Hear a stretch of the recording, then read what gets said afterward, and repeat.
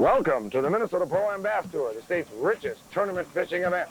We're here in beautiful Brainerd Lakes area with tournament headquarters at Moonlight Bay. I'm Chip Lear. And I'm Tommy Scarla. Tommy, the second stop of the tour, all heading toward the Tournament of Champions, this time the Whitefish chain. And right now, Tournament Director Tim Lesmeister is behind us. He has all his anglers lined up, conducting the blast-off. They're heading out to their fish, which are on the bite, and you will not want to miss this. The Minnesota Pro-Am Bass Tour is brought to you by Pepsi, the Minnesota State Lottery, K-Fan, and Ranger Boats.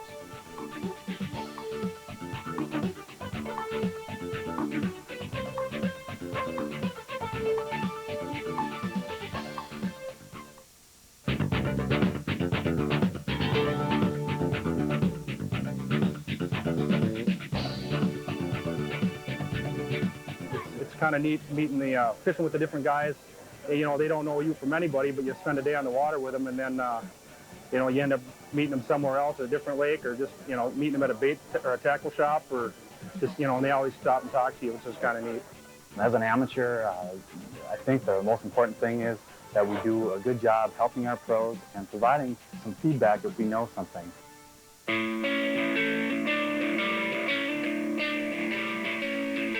We're here at Whitefish Lake, and this is the first time I've been on this body of water, and it's unique in the way that it's a set of chain of lakes, and each one differs in its own way. You can fish really clean water like on trout, or a little bit dirtier water on pine and daggett. A lot of times you can put together a different pattern in each lake. There's usually a strong weed line bite. This year the weeds aren't quite up, and the dock bite seems to be real hot. The problem with like the docks is that they get hit really hard, and the fish do get beat up some. People are practicing on them, and then they're trying to catch them again in the tournament. So I think that your weed line fish might be your easier fish to catch. I'm going to say the inside weed line to the docks is probably the best pattern tomorrow. You're going to see a lot of fish, I think, come out of the slop. Hot sunny day like what I think we're probably going to see tomorrow. You're going to see the fish mainly are going to be out deep, you know, anywhere from 12 to 15 feet of water. In the morning, you should be able to get some shallow water fish going. Pre-fishing has just been, for me, awesome. I've had a lot of good fish going. I've got schooling fish, and I'm looking forward to getting them tomorrow. Chipper, these anglers seem pretty confident about the bite that's going on. Well, they should be, Tom. During pre-fish, we were faced with prime summer largemouth fishing conditions. Flat water, hot, and humid. And I tell you what, though, things have changed. This morning, as you noticed, we had overcast skies, we had a cooler temperature. It's actually going to shift these bass around a little bit, and the anglers are going to have to change their presentations and tactics in order to catch these fish. Versatility is going to be the key to crowning the 2001 Whitefish Chain champion. Let's roll out on the lake right now, climb right inside the anglers' boats, and see exactly what they're doing to adapt to these changing conditions.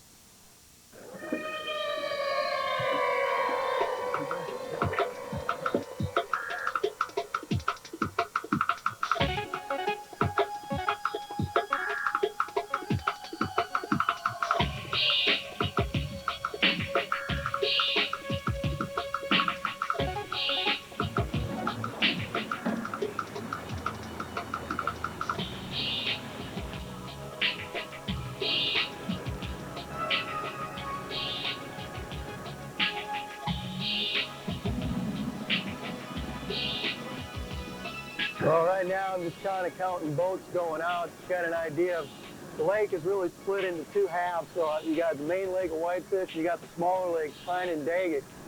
So my gut feeling is that 2/3 of them are going to be hanging off to the right to go into the main lake fish, and the other few are going to head up my way where we're going. And there's not a lot of good spots up in the smaller lakes. So what I'm hoping to do is, you know, being boat number 32, is still be able to get to that spot first. You know, I think what we're going to do is we're going to go up to Little Pine and start there. There's a knob that comes off the tip of the river, assuming we can get there first. There's a lot of guys in front of us, but if we can get to those fish, we'll catch them. And what it is, it's just a flat comes out, the grass comes up to about 4 feet, okay? There's about 2 feet of water on top of it, so I want to throw these weightless worms, and it's just going to throw it out there and basically just let it sit on top of the grass. Every once in a while, pull a little bit. You won't really feel the bite. You just if you feel a bite, the fish will be moving with it. Just reel down to them and just pull and just keep reeling. Hole number 32.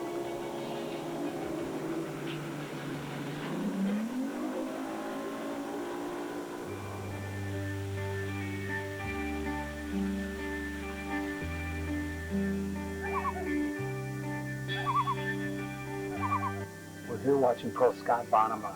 He's fishing the extended weed point that comes out. He's pitching a Texas rig worm with an 1/8 ounce weight up on top of the weeds, and they're slowly working it back to the boat. This is a unique situation. Scott's throwing our marker buoy, which doesn't allow any of the other anglers to impede on his fishing. They have to stay away from him, and that's important with a spot on the spot because Scott's on some really nice fish.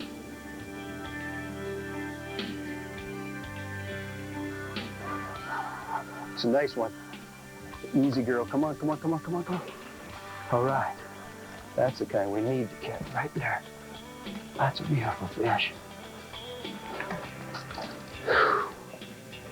This one's going to the show for sure.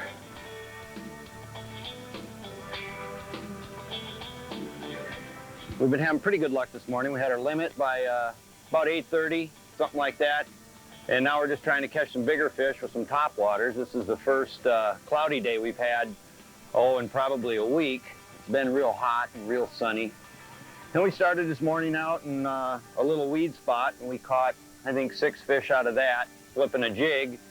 And now we come in here, we're in the flow zone between Whitefish and Rush Lake.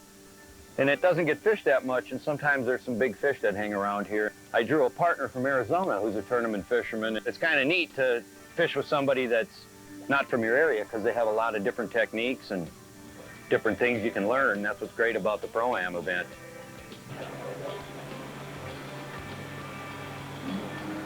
I'm kind of in the midsection across lake here, right around Twin Islands. There's coming off of there's a bunch of rocks that extend straight out from that point, just kind of out to the island here. And then there's you got weeds on both sides, and the fish I'm finding are laying on the rocks, right on the edge of the weeds.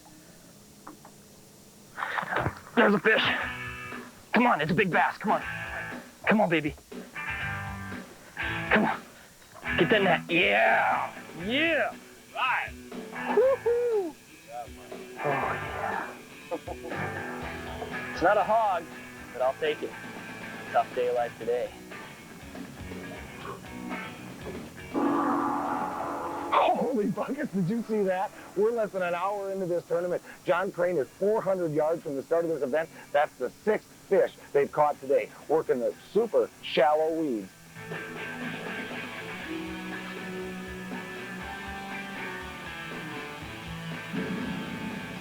That one?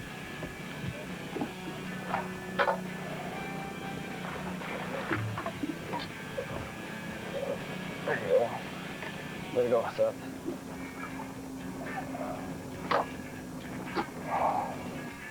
What we're fishing is the outside of a big flat. We're fishing cabbage and coontail isolated clumps, and just keep working it and use multiple lures, keep changing up.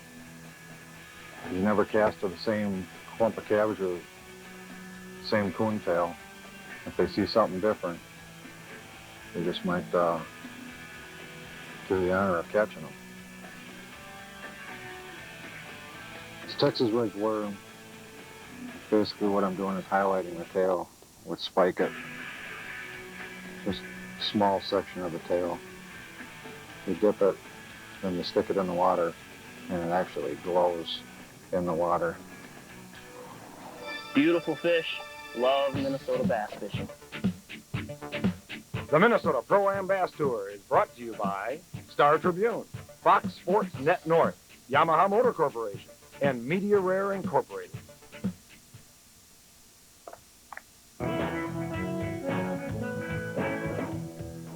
Absolutely love the area. Because every summer we come here, it's great. You got the sun out, the whole lakes. We have a boat. We can go lake to lake to lake, visit the bars and the people and the restaurants, and have a good time. Oh, the shopping's great. You have a lot of different wood carvings that you can't find back home. Jewelry like you would not believe. Different kind of woodsy collectibles. good for the dogs, and it's good for the kids, and good for me. There's one. Get the net. At the beginning of last year, you know, that was my goal to win Angler of the Year. And, you know, when you start out a year, it's a long summer. I mean, it's a long season. And, you know, and everybody's in the back of your mind, it's always, that'd be nice to do. But to put it together for 4 straight tournaments and to actually be that Angler of the Year at the end of the last tournament last year was just, it felt so good because of the fact that I was the most consistent angler out of everybody that fished. I'm more pumped this year about being Angler of the Year than I was last year. You know, because I know what it's like. I know what what it can do. And nobody's ever done it back to back. You know, there's never been a back-to-back Angler of the Year ever in the whole tour. So, you know, I'm really excited to get back to doing it again.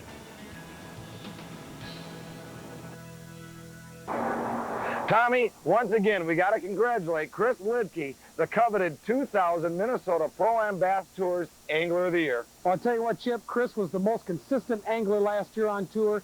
He finished strongly in all the events. That's what put him on top at the end of the year in the Minnesota Pro-Am Bass Tour Angler of the Year race. And the way that race works is that anglers receive points in order to finish. If they win the tournament, they get 100 points. Second place gets 99, 98, 97, right in order. That's why it's very important from the first cast to the last, you got to keep plugging away for that coveted award. And in this tournament, from the first cast to the last, it's going to be a battle. So let's head back out on the lake and see how the anglers are doing.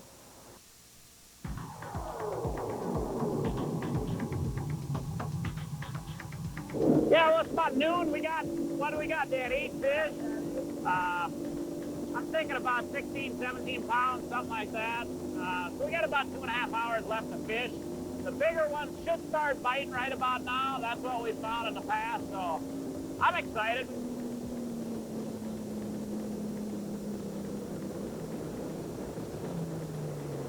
I think this is where they live, too. Big one. I hope so. Okay.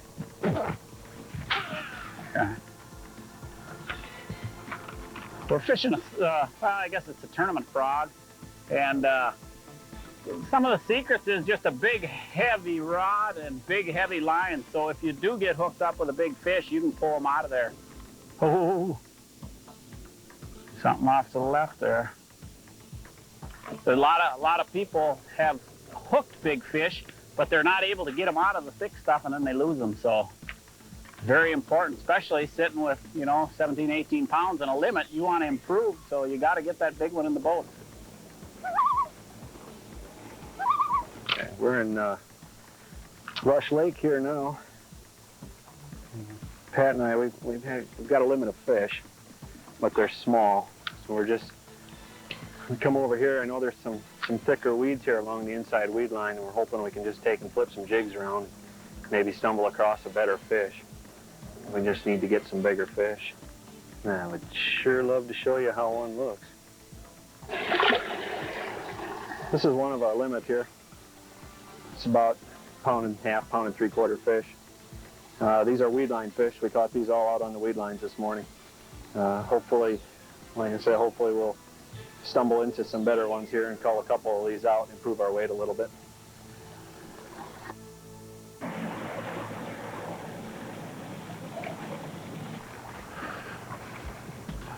That a little one?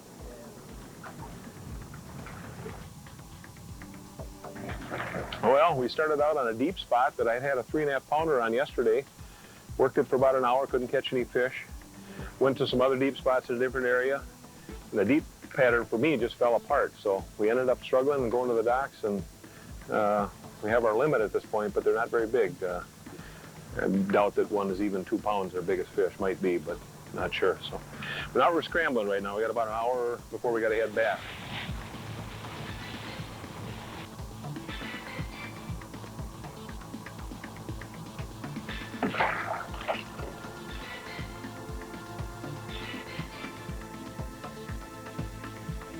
Right now we're in clamshell, fishing a weed line, fishing 12, 15 feet. We started out this morning on Butternut Point, and We had a limit by 9 o'clock. Nothing huge. The biggest one is about 3 pounds. But it was a lot of action. They were concentrated on the inside turn, and we were working with jig worms, 4-inch and 7-inch, and had a good time. Now we're just trying to upgrade and get some bigger fish.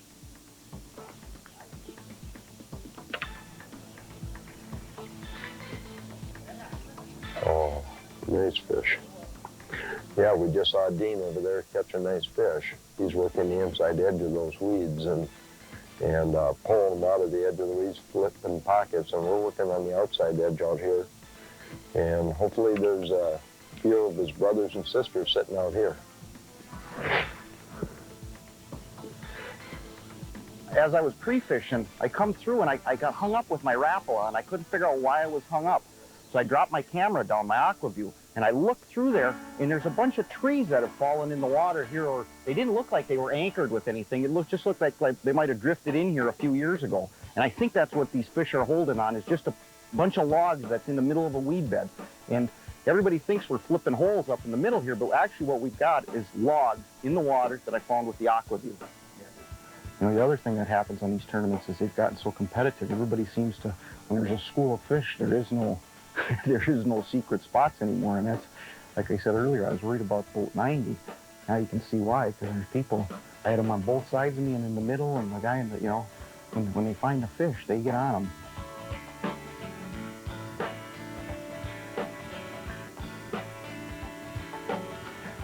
That's the future right there, though. Little bucks like that out there on the dock, catching them. I remember when I did that, you know, my dad took us all the time up to Longville. And we used to fish off the dock, and we ride our bikes down to the bridge. And I think that's kind of what got me hooked on it, was just fishing all the time. And just like that little guy, he'll be your future tournament fisherman.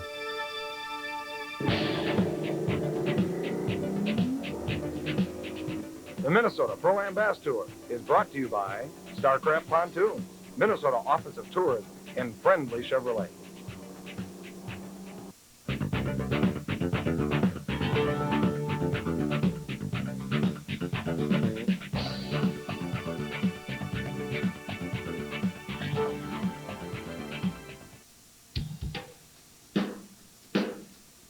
A lot of times when you come to a Minnesota Pro-Am Bass Tour event, you see a lot of sponsor logos all over the place. And the reason for that is because we have a lot of sponsors.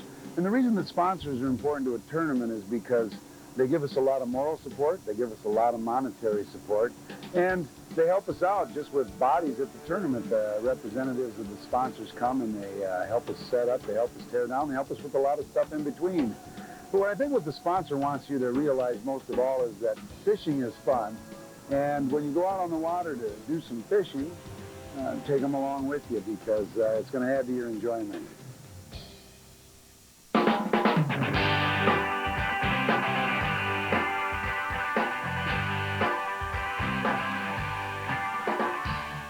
Look at the belly on that bass, ladies and gentlemen. You can smile, it's okay. I'd be doggone proud of that fish myself. Well, you didn't just catch your 8, you ended up with 18.32 pounds, which should put you currently in 3rd place, if I'm not mistaken. Excellent job. How about a round of applause for these two anglers? Hold up a couple fish for these people. Look at the size of those Minnesota bass. Boy, look at this beautiful crowd, man. Thanks for all showing up. We had a great time today. Caught some nice fish on topwater baits. Couldn't get a kicker, but that's the way it goes. Top 5 weight right here, folks, 17.38 pounds. Another thread on the Minnesota Pro-Am Bass Tour is a gentleman who fishes walleyes by week and bass by weekends. We've got Michael Carter from Badette, Minnesota. What would you say to leading the tournament? That'd be just fine. Then 18.63 gives you your new tournament leader. This fish has got to beat 4.42 pounds to take the lead, 4.41 to beat it, but it's going to be close. 4.44 pounds, your new big fish leader, John Kopinski.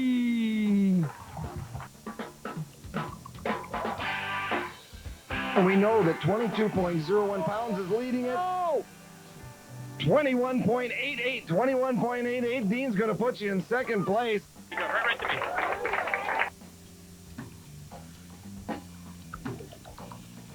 Folks, let's get some noise. This is the last angler of the day. He's got a big bag of fish. We're going to weigh him. Again, this is Jim Henriksen. Come on over here, Jim. And we've got his amateur partner, Paul Lewis.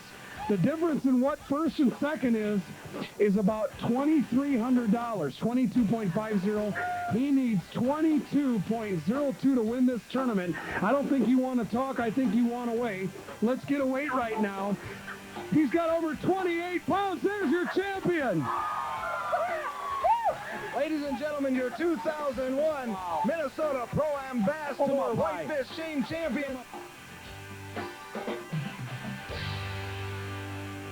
Well, we had a good tournament today. We were very fortunate. We caught a lot of big fish, and everything we did seemed to work pretty good. We were fishing jigs and craws, but we went strictly for the big fish, and they were big. They were running probably like a 3.5, 3 3/4 pound average. Well, I like the Pro-Am when you get an amateur like I got who is actually a pro. I mean, this guy is so good, and I'll guarantee you I would have never, ever got this win without him.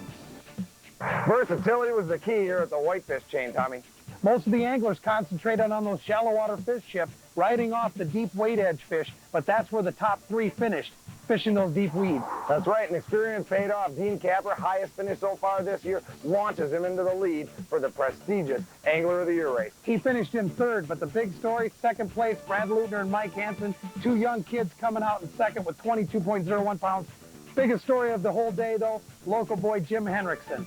Slam dunks the rest of the crowd with over 6 pounds over the rest of the field. Absolutely mind-boggling weight. That means that at the end of our Whitefish event brings us to our third stop on the Minnesota Pro-Am Bass Tour. So we're going to see you in La Hamadou for the Minnesota Pro-Am Bass Tour.